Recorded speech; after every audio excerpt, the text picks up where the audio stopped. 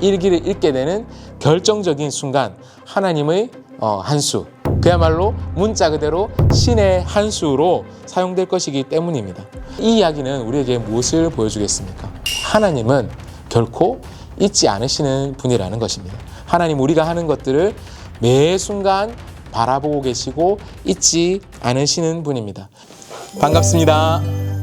자, 에스더 2장 세 번째 시간입니다. 자, 제가 에스더 2장 19절에서 23절까지를 받들어 읽도록 하겠습니다.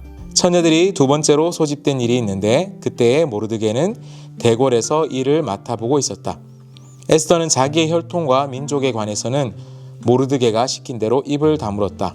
에스더는 모르드게의 쓰라에 있을 때에도 모르드게가 하는 말은 늘 그대로 지켰다. 모르드게가 대궐문에서 근무하고 있을 때에 문을 지키는 왕의 두 넷이 빅단과 데레스가 원한을 품고 아수에로 왕을 죽이려는 음모를 꾸몄다.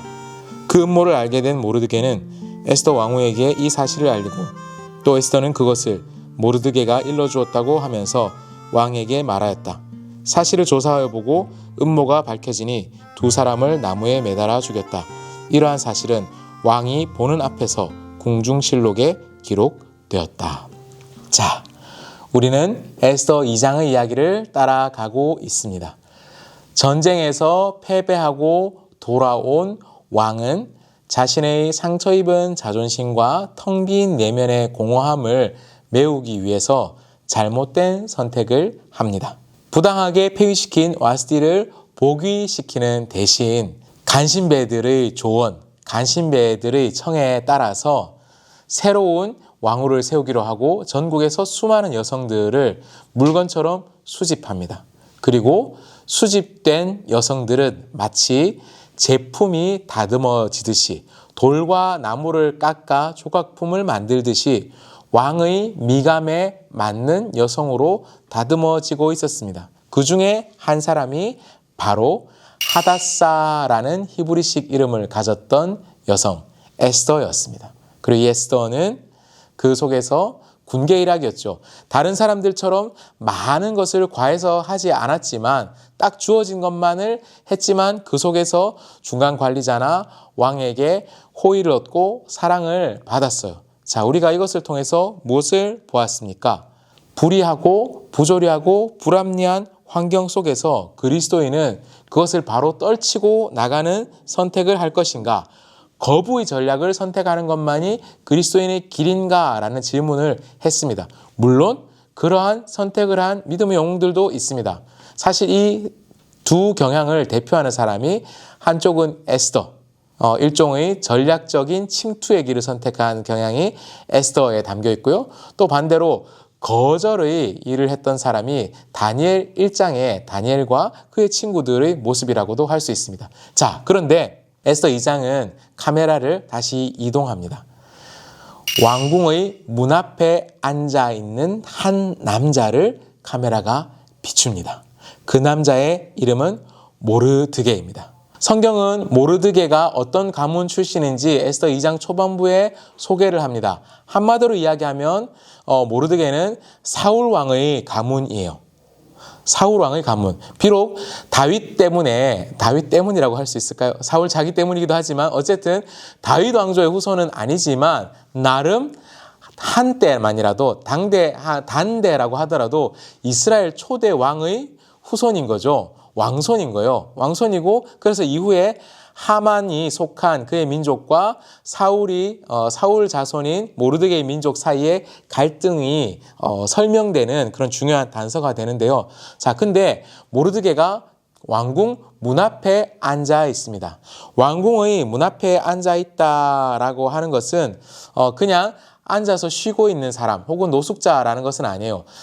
고대 세계에서 어떤 성문 혹은 왕궁의 문에 앉아 있다라고 하면 그곳에서 행정적인 일을 처리하는 아주 높은 사람은 아니라고 하더라도 일종의 관직에 올라 있었던 사람이다라고 할 수 있습니다. 물론 그렇다고 해서 왕궁 문에 앉아 있는 것이 대단히 높은 자리는 아니에요. 어쩌면 모르드게가 동생이 혹은 수양딸이 왕후가 되었기 때문에 아주 높은 자리로 가고 싶었을 수도 있습니다. 뭐 어떻게 보면 어떤 사람들은 왕후가 되었기 때문에 거기 앉은 거 아니냐라고 생각할 수도 있는데요. 되게 흥미로운 이야기를 제가 하나 소개해 드릴게요. 우리가 지금 읽은 성경에 없는 이야기입니다. 예? 성경에 없는 이야기요? 그렇습니다.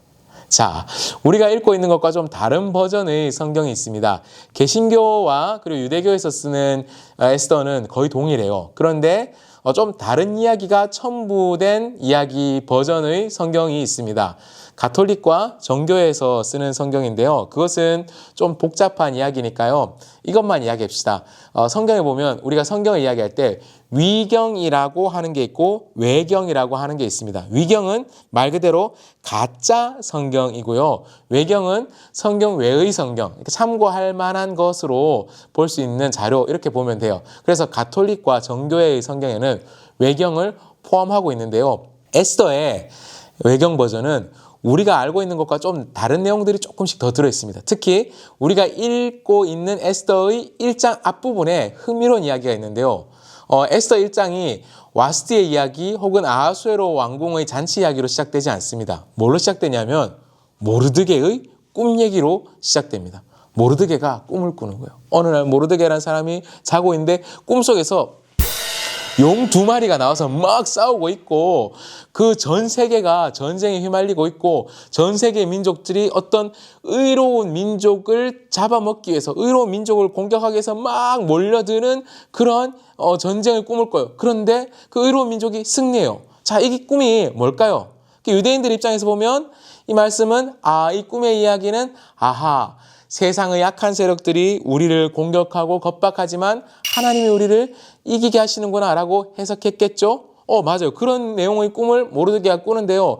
그리고 나서 모르드게가 두 사람의 내시가 왕을 암살하려고 하는 음모를 꾸미는 걸 엿듣고 그걸 고발하는 장면도 또 나와요. 오늘 우리가 읽은 이야기와 좀 중복되는 거죠. 그리고 나서 이상하게도 성경은 오늘 우리가 읽은 데는 없는 이야기를 또 1장 앞부분 외경에서는 붙이고 있어요. 그 일로 인해서 모르드게를 하만이라는 사람이 굉장히 싫어하게 되었다라고 하는 이야기를 앞부분에 덧붙이고 있어요. 자, 저는 이것은 참고로 혹은 어떤 사람들이 이런 견해를 가지고 있었다 정도로만 보는 편이긴 한데요. 그래서 아마도 모르드게가 그 일을 고발했던 공로로 하급 관리직을 얻지 않았을까라고 보는 시각들도 있습니다. 이렇든 저렇든 모르드게는 지금 그렇게 높은 자리에 있지는 않았습니다. 왕후가 된 수양딸 혹은 사촌 동생의 지위를, 백을 이용해서 더 높은 자리, 편한 자리로 갈 수도 있었을 텐데 일상의 현장에 맡겨져 있는 직무, 성문지기에 지금 충실하고 있는 것이죠. 그리고 어찌 생각하면 이것이 성실한 것이기도 하지만 우리가 지난 시간에도 이야기했던 불의한 조직에 충성하는 그리스도인의 딜레마를 또다시 다른 형태로 보여주기도 합니다. 자, 모르드게는 거기서 더더욱 충성스러운 행위를 했었죠. 왕의 암살 음모를 저지했었습니다. 내시, 빅단과 데레스가 왕을 해치려고 한다는 것을 탐지해서 보고했던 것이죠. 왕의 생명을 구했습니다. 다만 오늘 우리가 읽은 성경 말씀에 따르면 즉각적인 보상이 없고 궁중일기에만 기록되었다라고 이야기를 하고 있습니다. 자, 모르드게가 하고 있는 일, 제국의 성문 앞에서 하급 관리로 열심히 일하는 것, 그리고 아주 악하고 변덕스럽고 자기 욕망에 충실한 왕의 생명을 지키는 일에 투신한 것, 그렇게 제보하는 것. 어찌 보면 이거 맞나라고 하는 생각을 하시는 분들이 있을지 몰라요. 아니, 아하수에로가 죽고 정권이 교체되도록 해야 되는 것이 그리스도인이 해야 될 것, 하나님의 사람이 해야 될 것 아닌가라고 생각할 수도 있어요. 그럴 수도 있고 아닐 수도 있는 면이 역사의 다양한 상황 속에서도 있습니다. 하지만 적어도 에스더의 시점에서는 모르드게의 선택, 그가 페르시아의 주신인 마르둑의 이름을 딴 모르드게라는 수치스러운 이름을 가지고 그곳에서 하루하루 수치를 견디며 그 일을 했던 것에 의미가 있다라고 에스더는 이야기를 해요.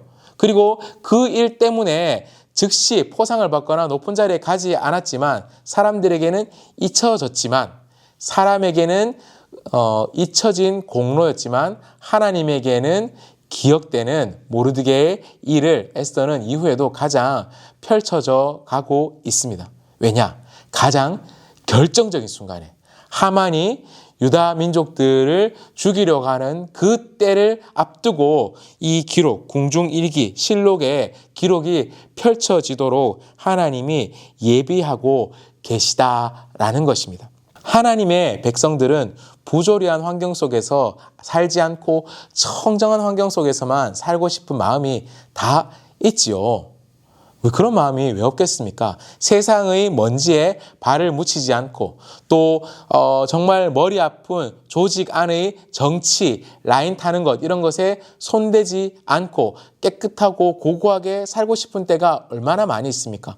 혹은 내가 하나님의 사람으로 이러한 수모를 감당하면서 살아가고 있다라면 하나님께서 나에게 지금 나의 삶을 좀 평탄하게 풀어주시기를 바라는 마음이 있기도 하겠죠. 근데 그런 면에서 보자면 모르드게는 기대가 다 좌절되고 있는 것이 오늘 성경 이야기에서 드러난 장면입니다. 모르드게는 부조리하고 불의한 구조 속에 부역하는 삶을 살고 있었고요. 심지어 그렇게 살았던 것에 즉각적인 보상이나 응답을 받지도 못했어요. 잊혀진 거죠. 아무런 보상도 없었던 거예요. 칭찬도 없었어요.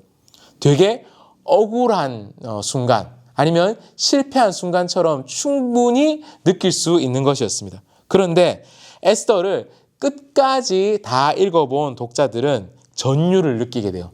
이 잊혀진 기록이 훗날 6장에서 왕이 잠이 오지 않을 때 일기를 읽게 되는 결정적인 순간 하나님의 한수, 그야말로 문자 그대로 신의 한수로 사용될 것이기 때문입니다. 이 이야기는 우리에게 무엇을 보여주겠습니까? 하나님은 결코 잊지 않으시는 분이라는 것입니다. 하나님 우리가 하는 것들을 매 순간 바라보고 계시고 잊지 않으시는 분입니다. 보냄받은 일상의 허드렛 일들 혹은 부조리한 환경 속에서 우리가 하나님의 백성으로서 신실하게 하루하루 살아가고 있을 때 아무도 몰라줘도 아무도 알아주지 않아도 실망하지 말고 인내하라고 가르쳐 주는 것이죠. 하나님의 일기에는 하나님의 실록에는 모든 것이 기록되기 때문입니다. 그리고 그 기록은 가장 완벽한 타이밍에 펼쳐질 것입니다. 그렇기에 우리는 실망하지 않고 오늘 대가가 돌아오지 않는 부조리한 일상을 현실을 하루하루 견디고 살아갈 수 있는 것이죠.